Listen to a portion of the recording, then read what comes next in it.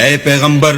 کفار سے کہہ دو کہ اگر وہ اپنے افعال سے باز آ جائیں تو جو ہو چکا وہ انہیں معاف کر دیا جائے گا، اور اگر پھر وہی حرکات کرنے لگیں گے تو اگلے لوگوں کا جو طریق جاری ہو چکا ہے وہی ان کے حق میں بڑھتا جائے گا، اور ان لوگوں سے لڑتے رہو یہاں تک کہ فتنہ یعنی کفر کا فساد باقی نہ رہے اور دین سب اللہ ہی کا ہو جائے، اور اگر باز آ جائیں تو اللہ ان کے کاموں کو دیکھ رہا ہے، اور اگر روح گردانی کریں تو جان رکھو کہ اللہ تمہارا حمایتی ہے اور وہ خوب حمایتی اور خوب مددگار ہے۔ اور جان رکھو کہ جو چیز تم کفار سے لوٹ کر لاؤ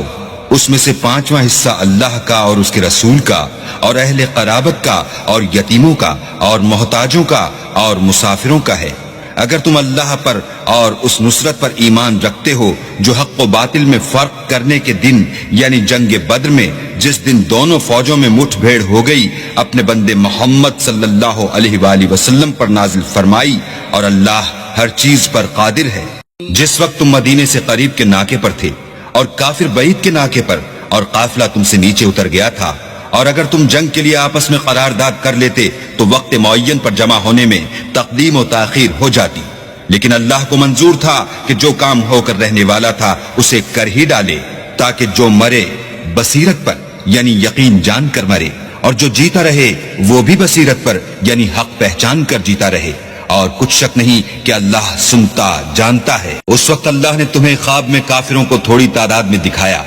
اور اگر بہت کر کے دکھاتا تو تم لوگ جی چھوڑ دیتے اور جو کام درپیش تھا اس میں جھگڑے کرنے لگتے، لیکن اللہ نے تمہیں اس سے بچا لیا، بے شک وہ سینوں کی باتوں تک سے واقف ہے۔ اور اس وقت جب تم ایک دوسرے کے مقابل ہوئے تو کافروں کو تمہاری نظروں میں تھوڑا کر کے دکھاتا تھا اور تم کو ان کی نگاہوں میں تھوڑا کر کے دکھاتا تھا، تاکہ اللہ کو جو کام کرنا منظور تھا اسے کر ڈالے، اور سب کاموں کا رجوع اللہ ہی کی طرف ہے۔ مومنو، جب کفار کی کسی جماعت سے تمہارا مقابلہ ہو تو ثابت قدم رہو اور اللہ کو بہت یاد کرو تاکہ مراد حاصل کرو، اور اللہ اور اس کے رسول کے حکم پر چلو،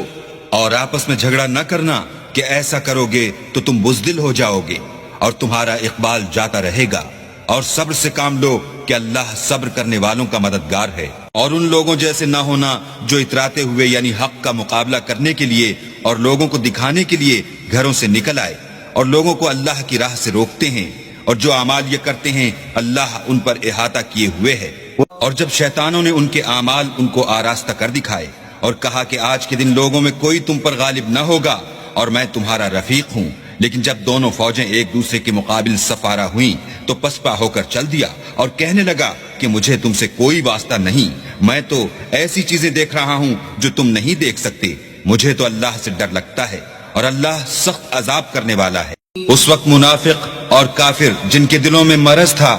کہتے تھے کہ ان لوگوں کو ان کے دین نے مغرور کر رکھا ہے، اور جو شخص اللہ پر بھروسہ رکھتا ہے تو اللہ غالب حکمت والا ہے۔